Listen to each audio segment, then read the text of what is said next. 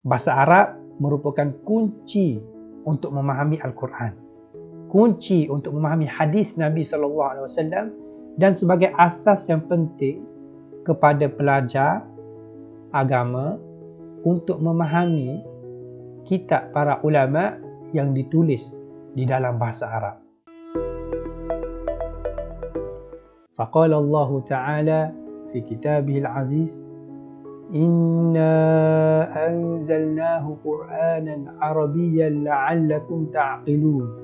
Sadaqallahul azim. Sesungguhnya kami turunkan Al-Quran di dalam bahasa Arab supaya kamu mengerti dan berfikir. Ayat ini jelas menunjukkan kepada kita bahawasanya Al-Quran diturunkan kepada Nabi Muhammad SAW di dalam bahasa Arab. Tujuannya tidak lain dan tidak bukan untuk memberikan kefahaman kepada manusia dalam memahami agama Allah Subhanahu wa Ta'ala. Bahasa Arab merupakan kunci untuk memahami Al-Quran, kunci untuk memahami hadis Nabi SAW dan sebagai asas yang penting kepada pelajar agama untuk memahami kitab para ulama yang ditulis di dalam bahasa Arab. Ilmu bahasa Arab mempunyai pelbagai cabang ilmu. Antara cabang ilmu bahasa Arab ialah ilmu soraf.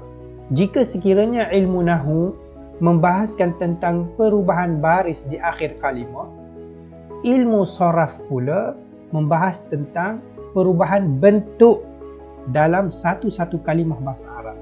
Penuntut ilmu agama ataupun mana-mana mereka yang mahu untuk membaca buku yang ditulis di dalam bahasa Arab, mereka perlu mempelajari ilmu soraf. Mereka perlu memahami ilmu soraf kerana tiap-tiap perubahan yang berlaku terhadap satu-satu kalimah menatijahkan makna yang berbeza. Contohnya, kazzaba dan juga kazaba.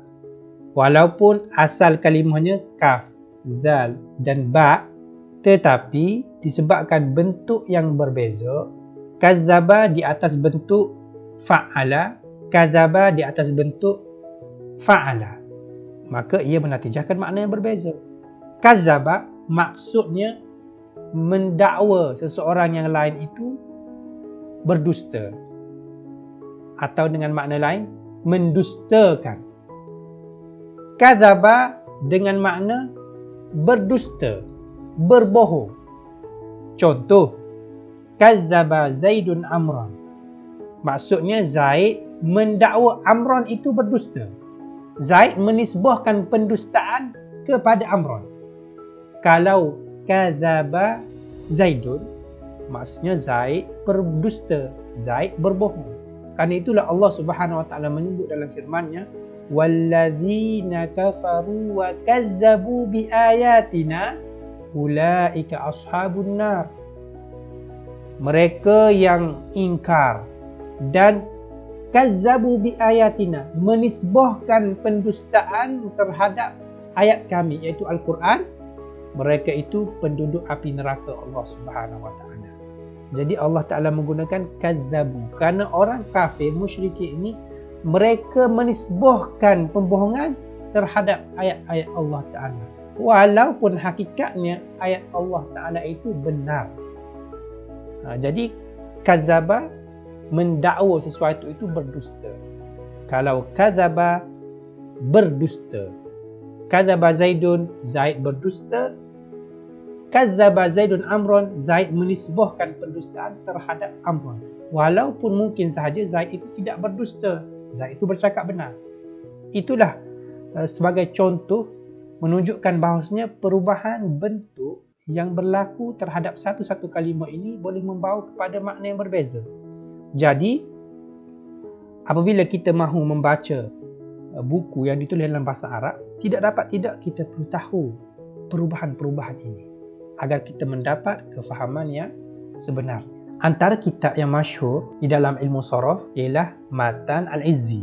Matan Al-Izzi ini dikarang oleh seorang ulama yang bernama Syekh Abdul Wahab bin Ibrahim Az-Zanjani, atau lebih dikenali dengan Imam Zanjani kerana nisbah kepada tempat kelahiran beliau Zanjan. Beliau juga digelar dengan Izzuddin kerana inilah kitabnya dipanggil Matan Al-Izzi kerana mengikut nama gelaran beliau Izzuddin.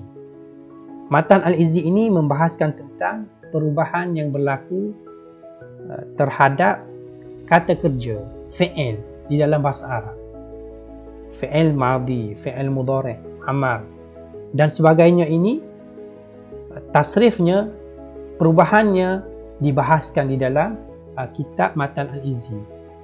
Dan kita akan mengetahui tentang perbezaan antara bentuk-bentuk kalimah fi'il ini melalui kitab ini.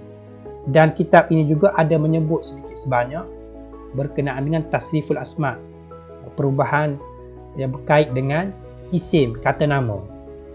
Dan kitab ini sangat masyhur, bukan sahaja di Malaysia, bukan sahaja di madrasah di Malaysia, bahkan di negara Arab, Mesir, Iraq, Syam dan sebagainya, menjadikan kitab Matan Izzi ini sebagai sukatan pengajian. Kerana ulama-ulama sejak zaman berzaman mengetahui bahawasanya kitab ini bermanfaat untuk dipelajari bagi mereka yang mahu mendalami bahasa Arab.